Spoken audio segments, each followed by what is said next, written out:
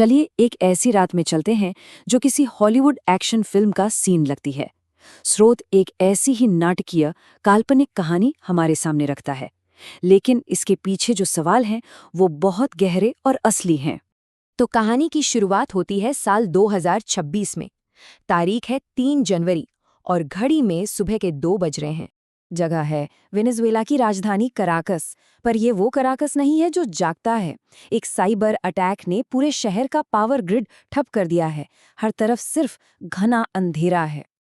और इसी अंधेरे का फायदा उठाकर इतिहास के सबसे दुस्साहसी मिलिट्री ऑपरेशंस में से एक शुरू होता है। सोचिए, हजारों मील दूर फ्लोरिडा के एक सिक्योर कमरे से उस वक्त के अमेरिकी राष्ट्रपति डोनाल्ड ट्रंप ये पूरा ऑपरेशन लाइव देख रहे थे। और उनके खुद के शब्द क्या थे? मैंने इसे सचमुच ऐसे देखा जैसे मैं कोई टीवी शो देख रहा हूं। ये एक लाइन ही इस पूरे ऑपरेशन की हकीकत को बयां कर देती है। तो आखिर हुआ क्या था उस रात? चलिए इस ऑपरेशन की परतें खोलते हैं, जिसे कोड नेम दिया गया था ऑपरेशन एब्सोल्यूट रिजॉल्व। ये पूरा ऑपरेशन बिजली की रफ्तार से हुआ। देखिए कैसे। सबसे पहले साइबर अटैक से अंधेरा किया गया, फिर हवाई हमलों से वेनेजुएला के सारे रडार और एयर डिफेंस सिस्टम को तबाह कर दिया गया। इसके बाद अमेरिका के सबसे एलीट सैनिक डेल्टा फोर्स के कमांडो सीधे राष्ट्रपति मादुरो के घर पर उतरे और घर में घुसने के सिर्फ 5 मिनट के अंदर उन्हें पकड़ लिया गया और वहां से सीधा अमेरिका। अगली सुबह जब दुनिया की नींद खुली और ये खबर सामने आई तो सबके मन में बस 2 ही बड़े सवाल थे। पहला, अमेरिका ने आखिर ऐसा किया क्यों? और दूसरा, इसका मतलब क्या है? क्या आप कोई भी ताकतवर देश किसी भी दूसरे देश में घुसकर उसके लीडर को उठा सकता है? चलिए देखते हैं कि स्रोत इन सवालों के क्या जवाब देता है। तो पहले बात करते हैं उस कहानी की जो अमेरिका ने दुनिया को बताई, जो ऑफिशियल रीजन दिया गया, और वो था ड्रग्स।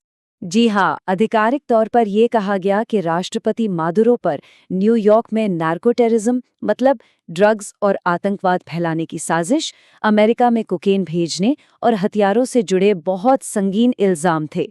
तो कागजों पर यह एक ड्रग्स के खिलाफ मिशन था। लेकिन ये विश्लेषण यहीं पर एक बहुत बड़ा सवाल खड़ा करता है। अगर अमेरिका की सबसे बड़ी समस्या ड्रग्स से होने वाली मौतें हैं, तो उसकी सबसे बड़ी वजह है फेंटेनिल नाम का ड्रग। और ये ड्रग वेनेजुएला से नहीं आता, ये आता है मेक्सिको और चीन से। तो फिर निशाना वेनेजुएला पर क्यों साधा गया? और बस यहीं से कहानी एक नया मोड़ लेती है। स्रोत के मुताबिक इस ऑपरेशन की असली वजह ड्रग्स नहीं बल्कि कुछ और थी, और वो था तेल। ये लड़ाई असल में संसाधनों की थी। जरा इस चार्ट को देखिए, ये सारी कहानी साफ कर देता है। वेनेजुएला के पास दुनिया का सबसे बड़ा तेल का भंडार है, सऊदी अरब से भी ज्यादा, 303 बिलियन बैरल। ये कोई छोटा मोटा नंबर नहीं है, और स्रोत के हिसाब से यही वो नंबर है जो इस पूरी कहानी के केंद्र में है। इस कहानी की जड़ें काफी पुरानी हैं। 1999 में जब ह्यूगो चावेज राष्ट्रपति बने तो उन्होंने 2001 में एक कानून पास किया। इस कानून ने देश के सारे तेल और गैस भंडारों का राष्ट्रीयकरण कर दिया। सीधे शब्दों में कहें तो तेल पर पूरा कंट्रोल सरकार का हो गया। नतीजा, अमेरिकी और दूसरी विदेशी तेल कंपनियों को वहां से जाना पड़ा। ये अमेरिका के बड़े कॉरपोरेट हितों पर एक सीधी चोट थी। और अगर अब भी कोई शक बाकी हो तो ऑपरेशन के ठीक अगले दिन दिया गया ट्रंप का ये बयान सुनिए। उन्होंने कहा, ये अमेरिका के इतिहास की सबसे बड़ी चोरी थी। उन्होंने हमसे तेल छीन लिया। मतलब वेनेजुएला का अपने ही तेल पर कंट्रोल करना उनकी नज़र में एक चोरी थी। इससे ज्यादा साफ और क्या हो सकता है कि असली मुद्दा क्या था? अच्छा, तो इस काल्पनिक ऑपरेशन पर दुनिया भर का क्या रिएक्शन रहा और क्या ये कानूनी तौर पर सही था? चलिए देखते हैं। पूरी दुनिया में इसकी कड़ी निंदा हुई। लैटिन अमेरिका के पड़ोसी देशों जैसे ब्राजील और मेक्सिको से लेकर यूरोप के स्पेन तक, और दूसरी तरफ चीन और रूस जैसी बड़ी ताकतों ने भी इस कार्रवाई को खतरनाक बताया और कहा कि ये अंतर्राष्ट्रीय नियमों का मजाक बनाने जैसा है। अब बात करते हैं कानून की। तो विश्लेषण के मुताबिक ये ऑपरेशन कानूनी तौर पर 2 स्तरों पर गलत था। एक तो इसने अमेरिका के अपने संविधान को तोड़ा, क्योंकि किसी भी देश के खिलाफ ऐसी कार्रवाई के लिए कांग्रेस की मंजूरी जरूरी होती है, जो नहीं ली गई। और दूसरा, इसने यूनाइटेड नेशंस के चार्टर का भी साफ साफ उल्लंघन किया, जो कहता है कि कोई भी देश दूसरे देश की संप्रभुता पर हमला नहीं कर सकता।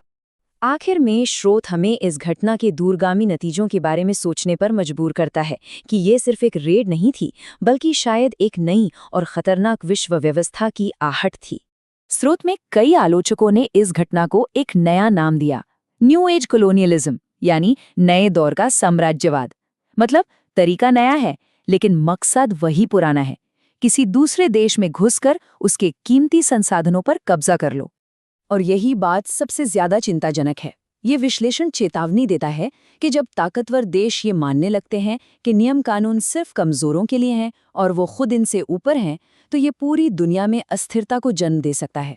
क्योंकि अगर आज एक देश ऐसा करता है, तो कल उसे देखकर कोई दूसरा ताकतवर देश भी ऐसा ही करने की हिम्मत करेगा। तो हम इस पूरी चर्चा को इसी एक बड़े सवाल पर खत्म करते हैं। जब दुनिया के नियम ताकतवर देश बनाते हैं, तो क्या उन्हें ये हक भी मिल जाता है कि वह जब चाहें उन नियमों को तोड़ सके? ये एक ऐसा सवाल है जिसका जवाब हम सबको सोचना होगा।